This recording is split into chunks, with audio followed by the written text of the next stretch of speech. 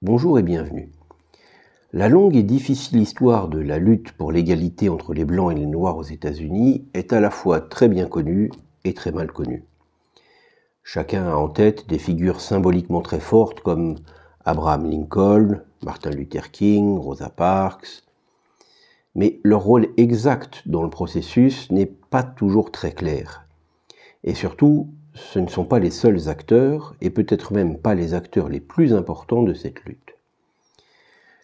Sans entrer dans trop de détails, je vous propose de survoler l'histoire, la longue histoire encore inachevée de la lutte pour l'égalité des droits entre les Blancs et les Noirs en 3 périodes, que j'appellerai pour faire vite l'esclavage, la ségrégation, la discrimination positive.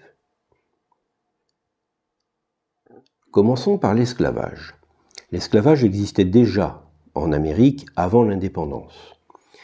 Pendant la guerre révolutionnaire, qui va déboucher sur la guerre d'indépendance, un certain nombre d'États du Nord décident d'abolir l'esclavage.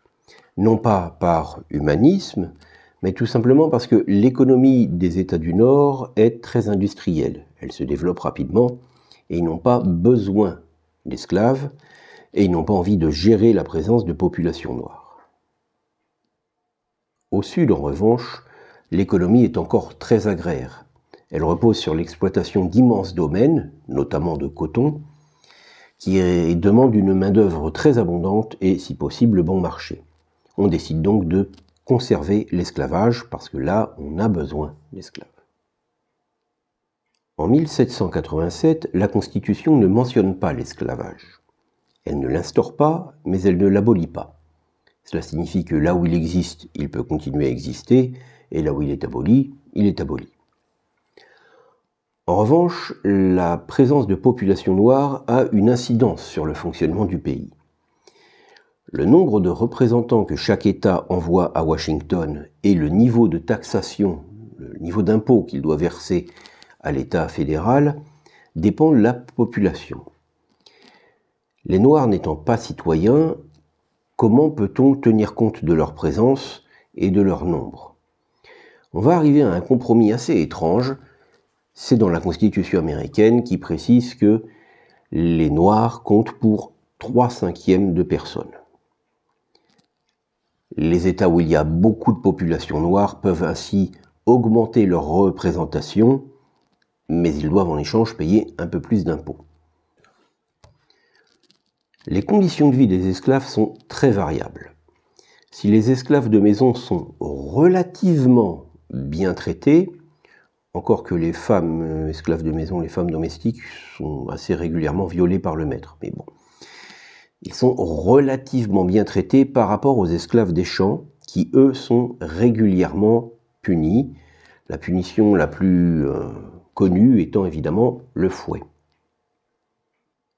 Mais il ne s'agit pas seulement de punir physiquement les Noirs, c'est aussi une torture psychologique.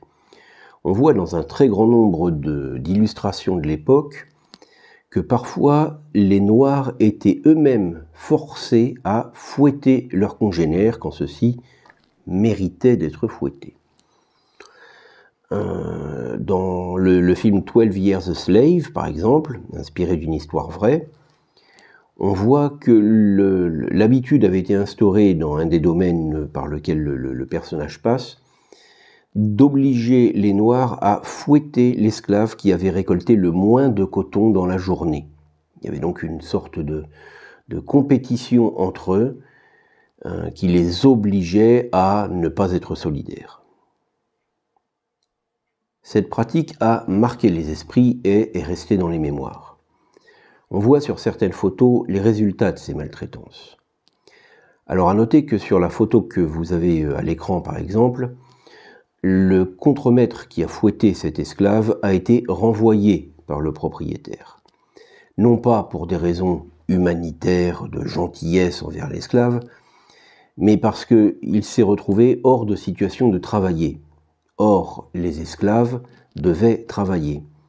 Si on les fouette trop, ils se retrouvent handicapés, voire morts. C'est évidemment un manque à gagner, voire une perte sèche pour le propriétaire. Il fallait bien évidemment obtenir d'eux le maximum de travail, mais des sévices à l'extrême étaient contre-productifs. En dehors de la flagellation, largement utilisée, on pouvait aller bien au-delà. Il arrivait qu'on exécute des Noirs, des esclaves. La plupart du temps, cela se faisait en public, l'idée étant de marquer les esprits, mais on ne recourait à ces extrêmes que dans des cas vraiment particuliers, dans les révoltes d'esclaves, par exemple. Première révolte répertoriée a lieu en 1801, la plus importante en 1831, initiée par Nat Turner, comme on peut le voir notamment dans le film The Birth of a Nation. En 1808, l'importation d'esclaves est interdite. Le commerce triangulaire touche de toute façon à sa fin. Les propriétaires d'esclaves vont donc encourager les esclaves à se marier, évidemment mariage non reconnu par la loi, et à procréer le plus possible pour forcément procurer de la main-d'œuvre. La législation va ensuite évoluer de compromis en compromis sans qu'on puisse tracer une ligne directrice très claire. En 1820, le Missouri demande à devenir un État esclavagiste, slave state. On avait jusque-là 11 États libres et 11 États esclavagistes. Et la question s'est posée. On était à un équilibre parfait. Si on accepte le Missouri comme État esclavagiste, cela bouleverse l'équilibre. On est donc parti du principe qu'il fallait qu'il y ait autant d'États libres que d'États esclavagistes. On a accepté le Missouri comme État esclavagiste, mais en contrepartie, le Maine est devenu un État et un État libre. Or, le Maine ne remplissait techniquement pas tout à fait les conditions pour devenir un État. Et on pose par ailleurs comme condition qu'à l'avenir, la limite inférieure du Missouri délimitera l'esclavage. Au nord de cette ligne, l'esclavage sera interdit, au sud, il sera autorisé. C'est une ligne qu'on appelle la ligne Mason-Dixon. Alors, c'est une appellation un peu abusive, puisque la ligne Mason-Dixon, au départ, ce n'est pas ça. En 1850, un nouveau problème se pose. Que faire de la Californie ? Nouvellement admise dans l'Union, c'est un ancien territoire espagnol où l'esclavage avait été aboli. On se pose la question de couper la Californie en deux pour suivre le principe de la ligne Mason-Dixon. Au nord, la Californie serait libre, au sud, elle serait esclavagiste.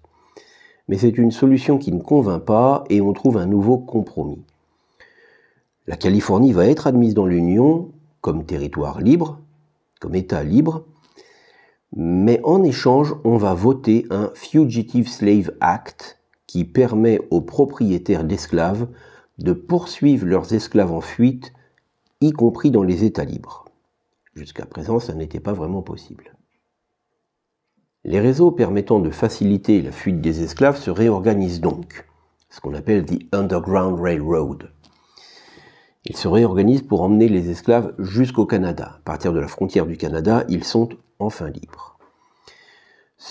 Dans ces réseaux, on compte un certain nombre de figures historiques très importantes, notamment Harriet Tubman. Ce n'est pas elle qui va permettre au plus grand nombre d'esclaves de fuir, mais elle est elle-même ancienne esclave, et en cela, elle est symboliquement très importante. Un peu moins connu, on a Levi Coffin, qui lui, pourtant, va permettre à un beaucoup plus grand nombre d'esclaves de s'évader. Les années 1850 vont voir une cristallisation se faire autour du problème de l'esclavage.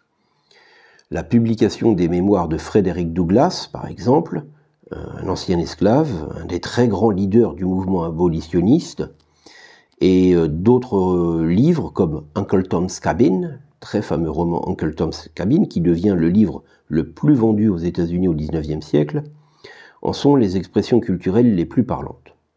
Le nom Uncle d'ailleurs est révélateur. Comme on ne voulait pas appeler les Noirs Mister, même quand ils étaient libres, on les appelait Uncle, qui était une sorte de façon un peu satirique, un peu péjorative d'éviter de dire Mister. Le Uncle Ben's, par exemple, le riz Uncle Ben's s'est rebaptisé assez récemment pour s'appeler Ben's Original, de façon à se débarrasser de ce méchant Uncle péjoratif. D'un point de vue législatif, deux événements vont contribuer à envenimer la situation. Le premier, en 1854, est le Kansas-Nebraska Act. L'État du Kansas souhaite devenir un État esclavagiste. Or, il se trouve au nord de la ligne Mason-Dixon et il n'y a pas d'État qu'on pourrait créer pour compenser l'addition d'un État esclavagiste. On décide donc un nouveau compromis. On oublie le compromis du Missouri, on oublie le compromis de 1850. Le Kansas-Nebraska Act de 1854 prévoit que désormais chaque État, chaque nouvel État admis dans l'Union pourra décider par lui-même s'il souhaite ou non être esclavagiste, qu'il soit au nord ou au sud de la ligne Mason-Dixon, qu'il y ait un équilibre entre États ou pas. 3 ans plus tard, en 1857, un cas se présente à la Cour suprême. Un cas très connu, Dred Scott versus Sanford. Dred Scott, un noir, revendique sa liberté, au motif qu'il habite désormais dans l'Illinois et le Wisconsin depuis plus de 4 ans. L'Illinois et le Wisconsin étant tous deux des États non esclavagistes, l'esclavage est interdit dans ces États, il faut donc le libérer. Mais la Cour suprême a estimé que Dred Scott n'étant pas citoyen, il n'a pas le droit de saisir la Cour suprême. Et donc, pour ce motif, elle rejette sa demande. L'élection de 1860, qui va voir Abraham Lincoln être élu, va mettre le feu aux poudres. L'esclavage a joué un rôle dans la campagne présidentielle, mais Lincoln n'envisageait pas de l'abolir. Tout au plus, il souhaitait en limiter l'extension, c'est-à-dire revenir sur le Kansas-Nebraska Act, mais c'est tout. Un représentant de l'Ohio, alors l'Ohio est un État libre important parce qu'il a une frontière commune avec le Canada, donc il jouait un rôle non négligeable dans le Underground Railroad. Un représentant de cet État donc, Thomas Corwin, propose même un amendement, l'amendement Corwin, qui était en train d'être voté et auquel Lincoln ne s'est pas opposé, qui aurait rendu inconstitutionnelle l'abolition de l'esclavage dans un État qui souhaitait le conserver. Lincoln donnait ainsi des gages de non-volonté d'abolition de l'esclavage. Pour des raisons autres, la guerre civile se déclenche quand même et l'amendement Corwin n'a pas été voté. Par ailleurs, un certain nombre d'États, qu'on appelle les Border States, vont se joindre à l'Union, à l'armée de Lincoln. Or, ces Border States pratiquant l'esclavage, il ne faut pas croire que la guerre civile a pour but l'abolition de l'esclavage. C'est plus compliqué que ça. Au nord, on ne pratique pas l'esclavage, ça ne veut pas dire qu'on défend les Noirs ou qu'on est abolitionniste. Lincoln lui-même a déclaré « I am not nor ever have been in favor of bringing about in any way the social and political equality of the white and black races. I am not, nor ever have been, in favor of making voters or jurors of Negroes, nor of qualifying them to hold office, nor to intermarry with white people. » C'est-à-dire, je n'ai jamais été partisan de favoriser de quelque façon que ce soit l'égalité politique ou sociale entre les races blanches et noires.